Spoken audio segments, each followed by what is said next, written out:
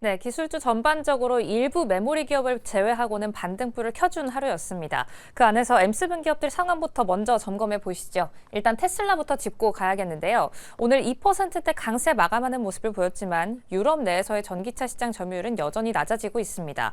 오늘 1월에 등록 대수 데이터가 나왔는데요. 유럽 내에서 17% 정도의 감소세가 이어지고 있다는 분석 속에 테슬라는 유럽 내 시장에서 13개월 연속 부진한 흐름을 이어가고 있습니다.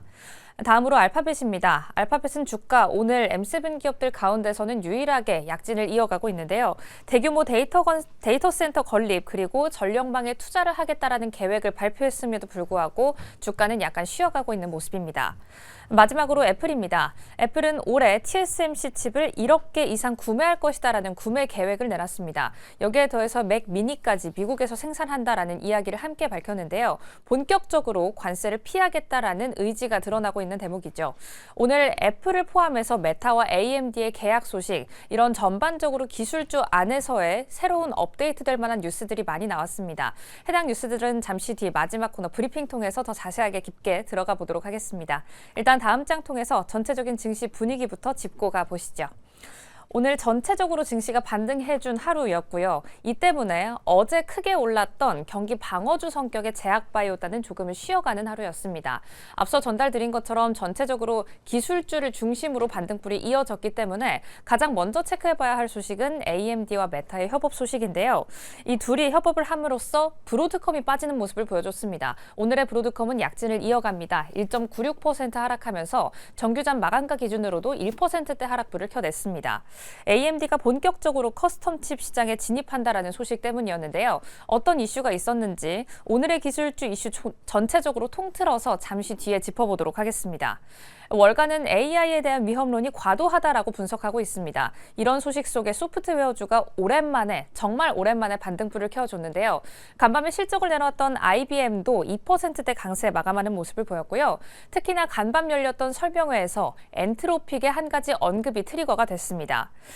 간밤 열린 설명회에서 소프트웨어를 대체하는 게 아니라 상호 보완적인 관계로 나아갈 수 있다라는 발언을 시사하는 점이 나왔습니다. 클로드 코워크가 기존에 있던 소프트웨어 서비스와 연동될 수 있다라는 발언과 함께 몇몇 기업들과는 파트너십을 계약 체결했다라는 이슈가 함께 나왔는데요. 어떤 기업과 계약을 체결했는지도 잠시 뒤에 깊게 들여다보시죠.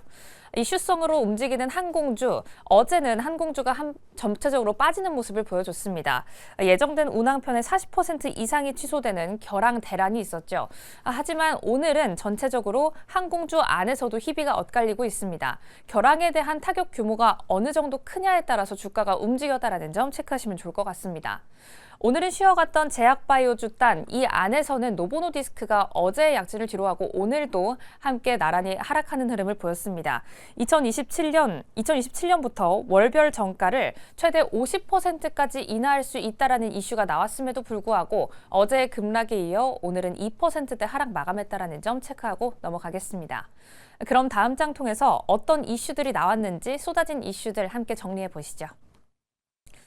반가운 반등이었습니다. 기술주 안에서 어떤 이슈가 굵직하게 있었는지 크게 네 가지로 한번 정리를 해봤는데요. 우선 엔트로픽 앞서 언급드렸던 것처럼 챗봇 업데이트 소식입니다. 챗봇을 업데이트하면서 여러 가지 기술 기업들, 특히나 소프트웨어 기업들과 함께 파트너십 계약을 체결했다라는 이슈가 나오면서 소프트웨어 기업을 AI가 갈아치우는 게 아니라 둘이 함께 이 시장 내에서 살아남을 수 있겠구나라는 이야기와 함께 엔트로픽과 파트너십 계약을 체결한 세일즈포스와 팩트셋, 도큐사인은 오늘 나란히 오르면서 마무리가 됐습니다. 두 번째로는 칩 구매 소식입니다. 메타와 AMD 그리고 애플과 TSMC가 있겠는데요. AMD 같은 경우에는 많이들 알고 계실 것 같습니다. 어제 우리가 잠들기 전에 이 소식이 함께 업데이트가 됐죠. 5년간 6기가와트 규모 칩 공급 계약 소식이 나왔고요. 특히나 브로드컴을 좀 힘들었던 이슈는 맞춤형 AMD의 MI450이 투입된다라는 소식입니다.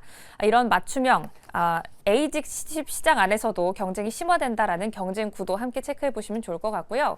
애플과 함께 TSMC가 칩 공급, 구매 계약 소식을 맺었다라는 소식 속에 TSMC 오늘 4%대 올라가는 모습을 보여줬습니다. 올해 TSMC에서의 애리조나 공장 칩을 1억 개 이상 구매하겠다라는 이야기가 나왔는데 가장 중요한 건 애리조나에서 생산된 칩이 가장 중요할 텐니다. 미국 내에서 제조한 칩을 생산한 칩을 구매하겠다라는 이슈와 함께 앞서 언급드린 것처럼 맥 미니 소니도 미국에서 생산하겠다라는 이슈 소화하면서 관세를 본격적으로 피해보겠다라는 움직임 관측되고 있고요. 마지막으로 기술 파트너십 계약은 인텔에서 나왔습니다. 오늘 인텔도 5%대 강세를 보이면서 상승 마감했는데요. AI 반도체 스타트업이죠. 삼바노바 시스템즈와 함께 단연간 기술 파트너십 계약을 체결했다라는 이슈가 나왔습니다. 좀 눈여겨볼 만한 건 삼바노바가 지금까지는 AMD의 칩에 좀 의존을 했었는데 이제는 AMD와 인텔 양강 체제로 함께 굳혀가겠다라는 이야기 나왔다라는 점 체크하도록 하겠습니다. 이런 소식들 수화하면서 무난하게 오늘의 소프트웨어주는 반등불을 켜내는 모습을 보여줬습니다. 하지만 이 안에서도 약간은 하락불을 켜낸 모습들이 관측되고 있는데요. 이런 가운데 중심은 좀 어떻게 잡아봐야 내 투자 계획을 유효하게 가져갈 수 있을까요? 지금부터 중심 바로 잡으러 가시죠.